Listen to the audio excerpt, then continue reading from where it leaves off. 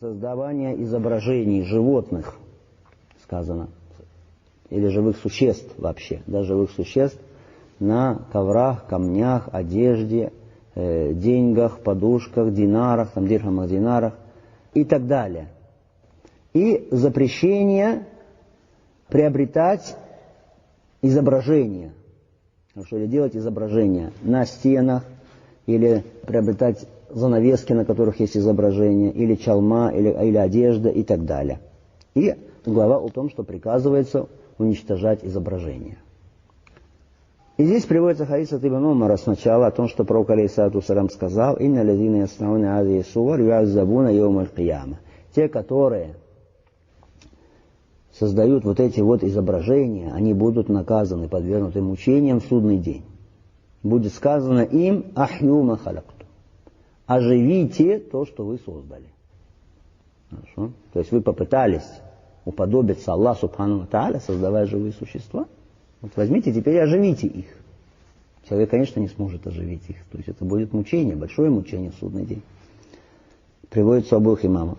Следующий хадис от Аиши, радиаллаху та'аля, которая сказала: приехал пророк алейхиссалату вассалям из путешествия, вернулся, а я повесила на арку, сказано сахва. Сахва — это может быть как такой навесик перед домом, хорошо, или как какая-то арка в стене. Повесила туда, говорит она, кирам. Кирам — такая занавеска, на которой были изображения живых существ.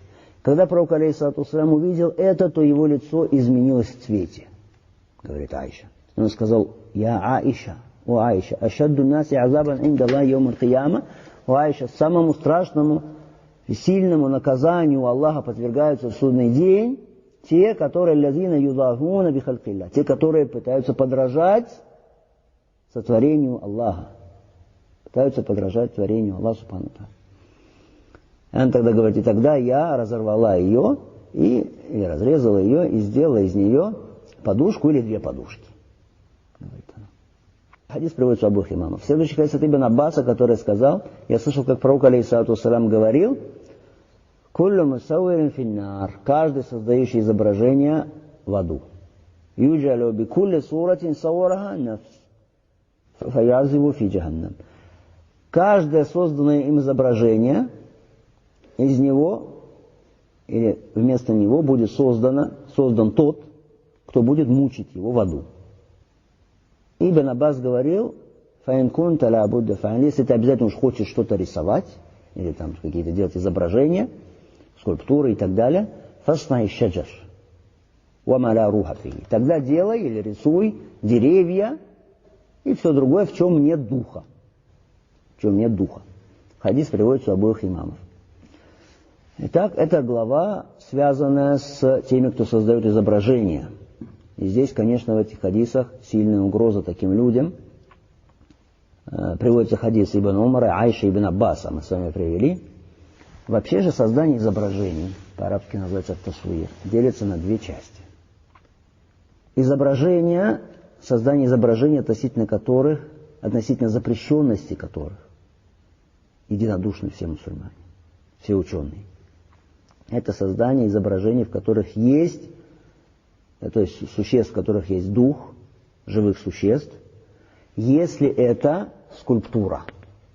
То есть, если что-то, что можно потрогать, хорошо выпуклое, из дерева, или из камня, или из глины, там, из гипса, из всего остального. В форме, в облике животного, или в облике человека, или лев, или заяц, или кролик, или обезьяна, и так далее. Хорошо. Это, здесь все согласны единодушно с тем, что это харам. Это харам. Тот, кто делает это, тот проклят устами пророка алейхиссалату вассалям и будет подвергаться наказанию в судный день, и будут говорить ему: оживи того, кого ты создал. В хадисе Ибн Аббаса сказано: «Куллю мусаввирин финнар», каждый, создающий изображение, в адском огне.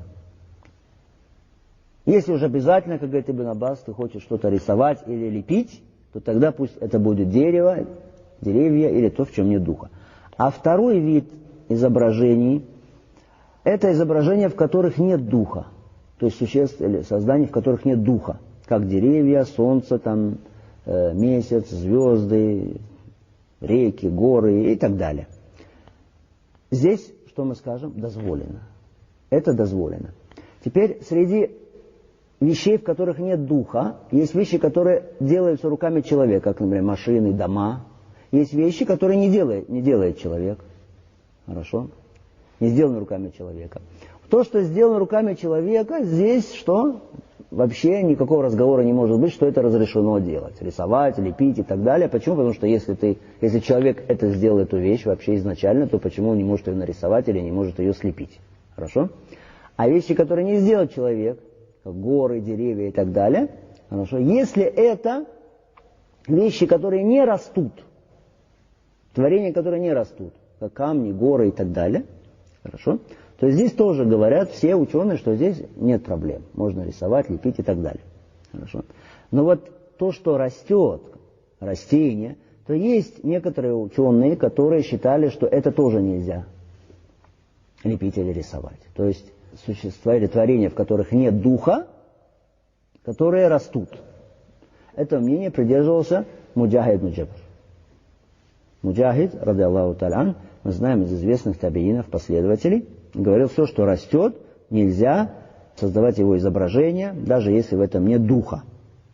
Потому что в достоверном хадисе сказано, что Аллах Субхану Тааля скажет тем, которые создают изображение, пусть попробуют создать зернышко, пусть попробуют создать ячменное зерно, пусть попробуют создать муравья, пусть попробуют создать.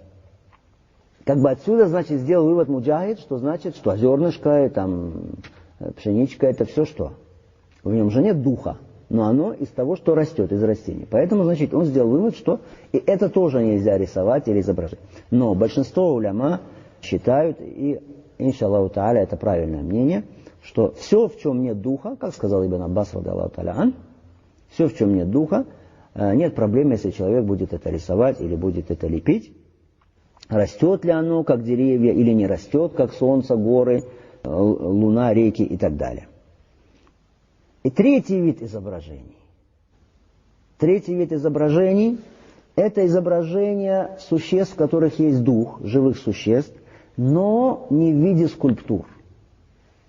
То есть не в виде чего-то, что имеет форму, имеет объем.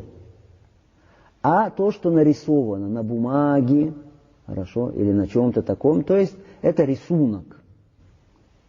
Как с этим быть? Скульптура, мы сказали здесь, что все единодушны, что это нельзя. То, что высечено там и так далее, вылеплено. А то, что нарисовано, здесь есть разногласия среди уляма.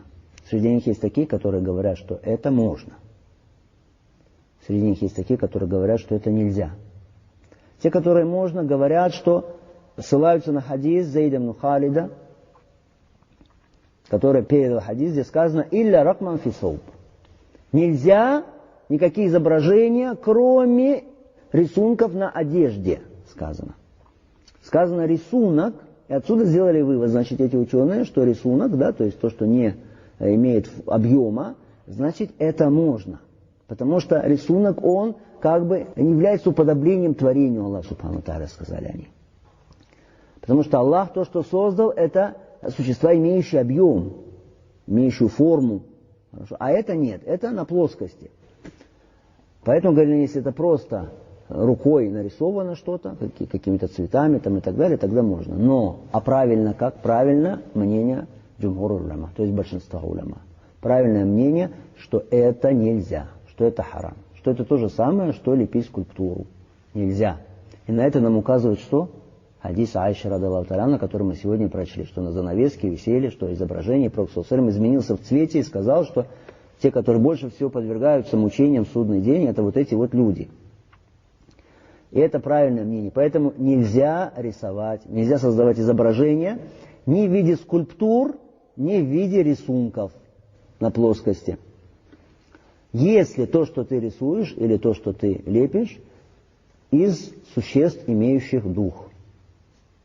Остается вопрос с фотографиями, но этот вопрос, иншаллаху та'аля, мы разберем на следующем уроке. Ва саллаллаху ва саллям аля Мухаммад ва аля али ва сахби аджмаин. Алхамдулиллахи раббил алямин. Ва джазакум.